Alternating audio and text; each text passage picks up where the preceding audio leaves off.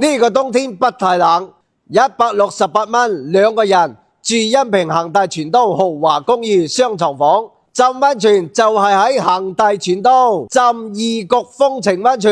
恩平嘅恒大全都呢，有5個國家風情館嘅，有日本館、泰國館、芬蘭館、土耳其館同埋意大利館。咁佢依家呢，每日開放2個館，如果人多嘅話，再陸續開放啊！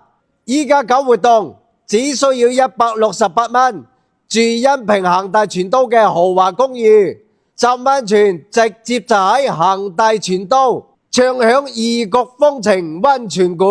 呢個係副歌價啊！有需要嘅朋友聯繫個副歌。